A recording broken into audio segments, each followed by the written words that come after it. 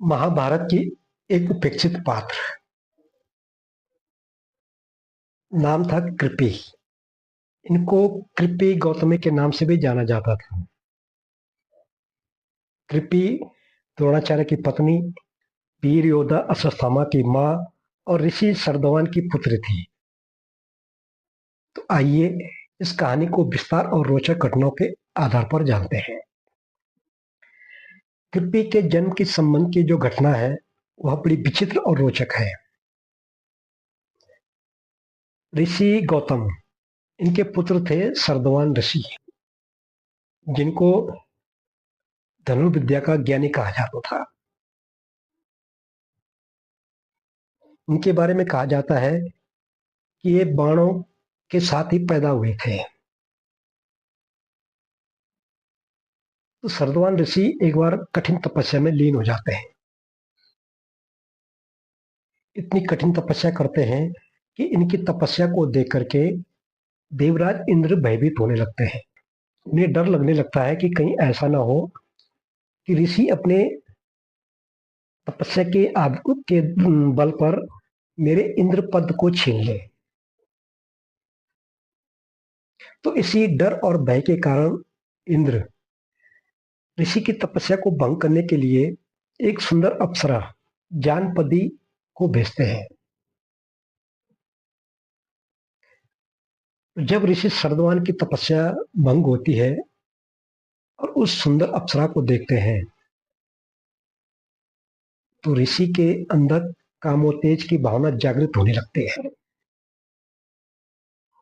लेकिन ऋषि तपस्या में बैठे हुए थे, तो अपनी इसी तपस्या के बल पर ऋषि अपने ऊपर नियंत्रण रखने में कामयाब हो जाते हैं।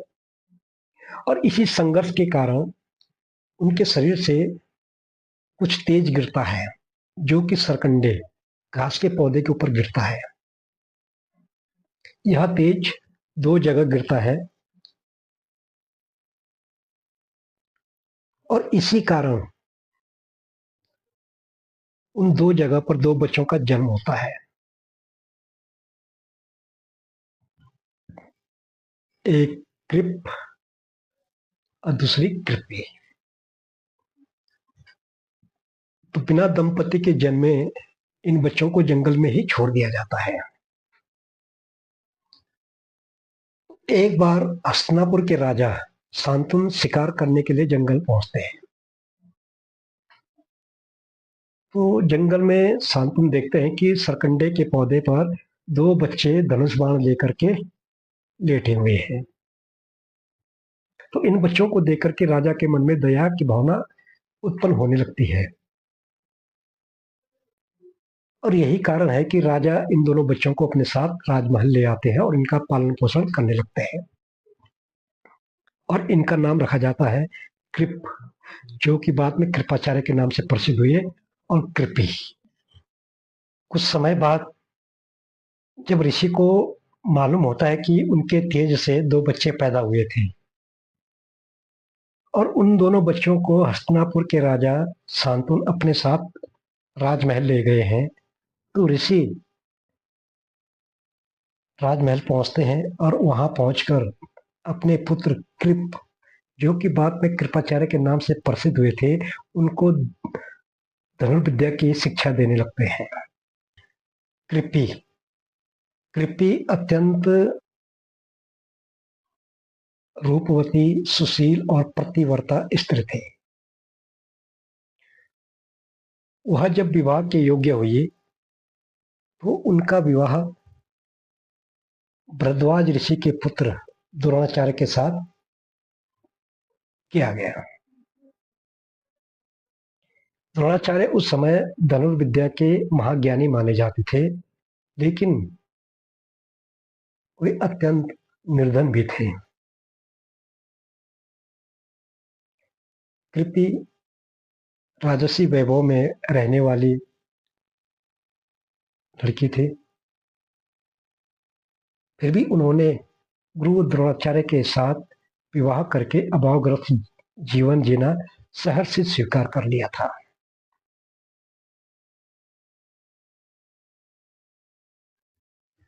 जिसका परिणाम ये हुआ कि कुछ समय बाद इन दोनों को एक तेजस्वी पुत्र की प्राप्ति हुई थी, जिसका नाम रखा गया था अश्वत्थामा। तो द्रोणाचार्य बहुत निर्धन थे। आश्रम में रहने वाले अन्य ऋषियों के पास गायें भी थी, लेकिन द्रोणाचार्य के पास नहीं थी। एक बार आश्रम के अन्य बच्चों ने अश्वत्थामा से मजाक किया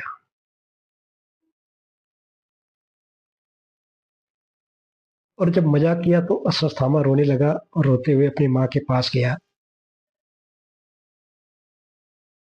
और जिद करने लगा कि मुझे भी इनके जैसे दूध पीना है। गाय थी नहीं, तो माता आटे को पानी में घोल करके अश्वत्थामा के पास देती है और कहती है कि बेटा ये लो, ये दूध है, इसे पी लो।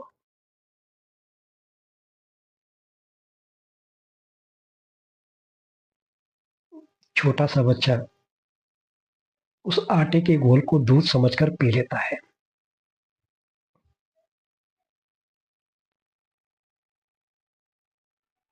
जब बच्चा दूध उस आटे के घोल को पी रहा था तो माँ को बहुत पीड़ा होती है,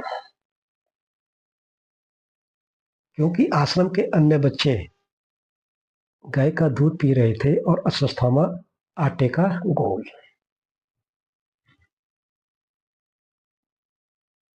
इसी पीड़ा के कारण अश्वत्थामा की माँ के आंखों से आंसुओं की धारा बहने लगती है।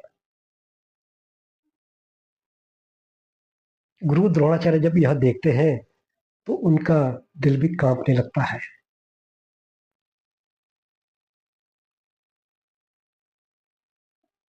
और यही कारण है कि वह अपने बाल सखा द्रुपद से मिलने पहुंच जाते हैं और उनसे अपनी आप बीती कहते हैं कि मेरी कुछ सहायता करो। लेकिन द्रुपद उनकी सहायता नहीं करता है, बल्कि उनका मजाक उड़ाने लगता है, और जिस कारण आगे आने वाले समय में महाभारत की नींव पड़ती है। द्रोणाचार्य जब हस्तिनापुर पहुंचे और पांडवों कौरवों के गुरु बने तो कृपि की जिंदगी पूरी तरह बदल जाती है।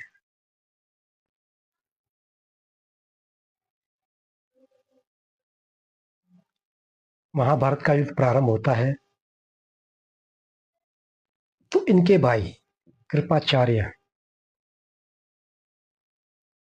महाभारत युद्ध में बचे 18 महारथियों में से एक थे। इनके बारे में कहा जाता है कि इनको भी अमरता अर्थात चिरंजीवी होने का वरदान प्राप्त था।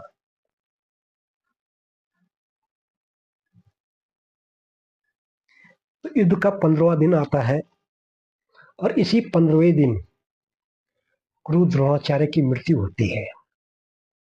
जब कृपि को मालूम होता है कि पति की मृत्यु हो चुकी है तो वह सती प्रथा का पालन करते हुए अपने पति की चिता पर स्वयं कूद जाती है और अपने प्राण दे देती है। महाभारत में कृपि का चरित्र धैर्यशील मातृ प्रेम का प्रतीक है। अभाव के समय में पति का साथ न छोड़ना, कठिन से कठिन परिस्थितियों में भी धर्म का मार्ग न छोड़ना कृपि के जीवन की सबसे बड़ी विशेषता थी।